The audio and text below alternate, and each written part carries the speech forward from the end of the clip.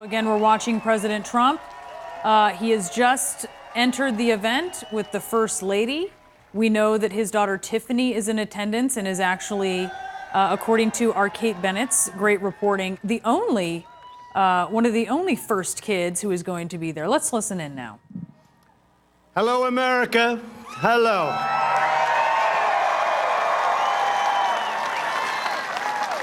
The First Lady and I wish each and every one of you a happy Independence Day on this truly historic 4th of July. Today we come together as one nation with this very special salute to America.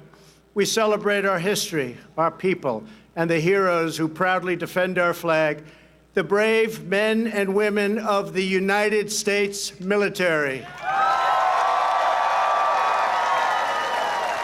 We are pleased to have with us Vice President Mike Pence and his wonderful wife, Karen. We're also joined by many hardworking members of Congress, Acting Secretary of Defense Mark Esper, and many other members of my cabinet, and also the Chairman of the Joint Chiefs of Staff, General Joe Dunford. Thank you. Thank you. Thank you. Lieutenant General Daniel Hawkinson of the National Guard, and distinguished leaders representing each branch of the United States Armed Forces, the Army, Navy, Air Force, Coast Guard, Marines, and very soon, the Space Force.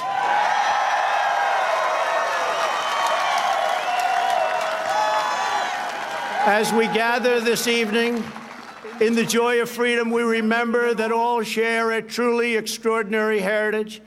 Together, we are part of one of the greatest stories ever told, the story of America.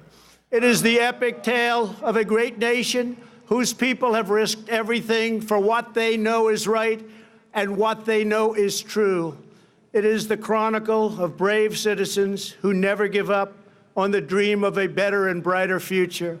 And it is the saga of 13 separate colonies that united to form the most just and virtuous republic ever conceived. On this day, 243 years ago, our founding fathers pledged their lives, their fortunes, and their sacred honor to declare independence and defend our God-given rights.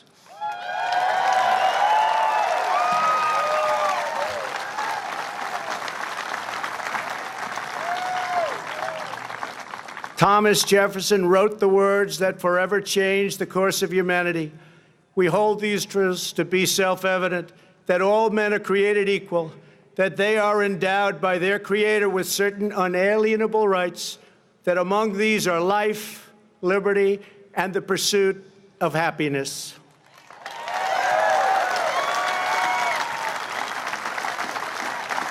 With a single sheet of parchment and 56 signatures, America began the greatest political journey in human history.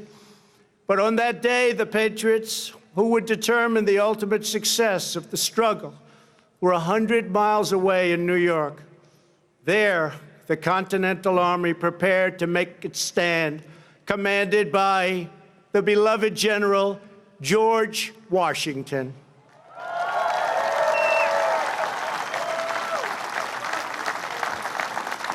As the delegates debated the Declaration in Philadelphia, Washington's army watched from Manhattan as a massive British invading fleet loomed dangerously across New York Harbor.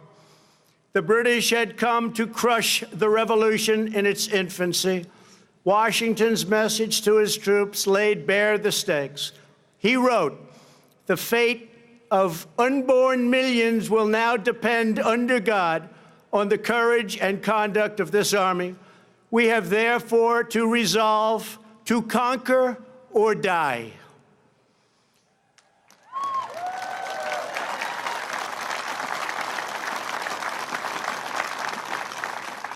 Days later, General Washington ordered the Declaration read aloud to the troops.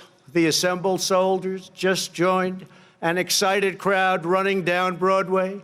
They toppled the statue of King George and melted it into bullets for battle, the faraway king would soon learn a timeless lesson about the people of this majestic land.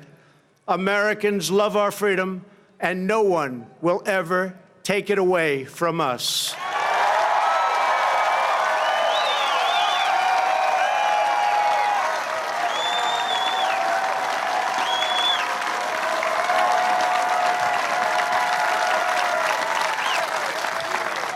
That same American spirit that emboldened our founders has kept us strong throughout our history. To this day, that spirit runs through the veins of every American patriot.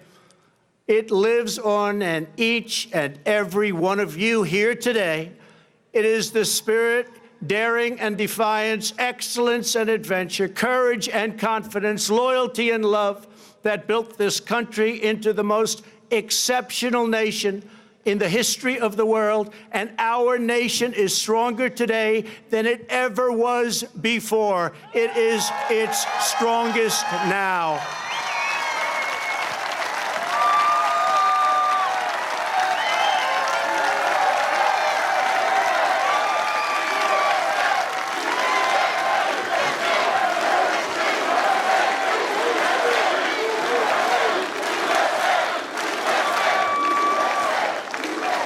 That same righteous American spirit forged our glorious Constitution. That rugged American character led the legendary explorers Lewis and Clark on their perilous expedition across an untamed continent. It drove others to journey west and stake out their claim on the wild frontier.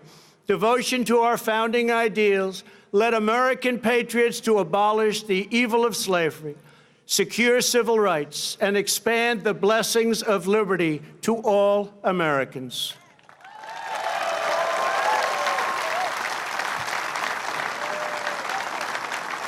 This is the noble purpose that inspired Abraham Lincoln to rededicate our nation to a new birth of freedom and to resolve that we will always have a government of, by, and for the people.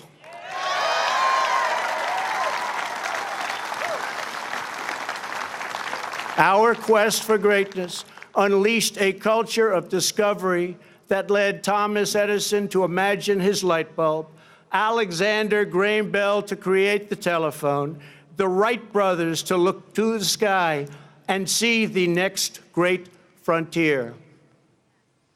For Americans, nothing is impossible.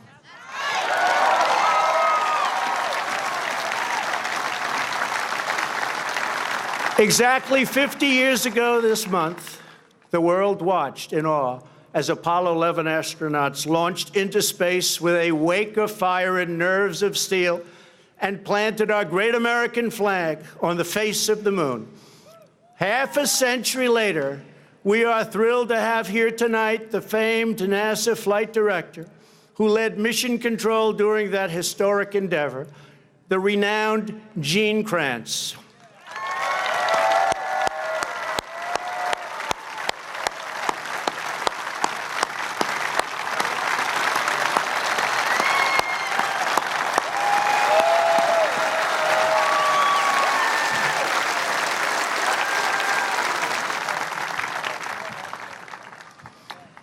Gene, I want you to know that we're going to be back on the moon very soon, and someday soon we will plant the American flag on Mars. It's happening, Gene. It's happening. Our nation's creativity and genius lit up the lights of Broadway and the sound stages of Hollywood. It filled the concert halls and airwaves around the world with the sound of jazz, opera, country, rock and roll, and rhythm and blues. It gave birth to the musical, the motion picture, the Western, the World Series, the Super Bowl, the skyscraper, the suspension bridge, the assembly line, and the mighty American automobile. It led our citizens to push the bounds of medicine and science to save the lives of millions. Here with us this evening is Dr. Emanuel Freireich. When Emmanuel began his work, 99% of children with leukemia died. Thanks largely to Dr. Freireich's breakthrough treatments, currently 90% of those with the most common childhood leukemias survive. Doctor, you are a great American hero. Thank you.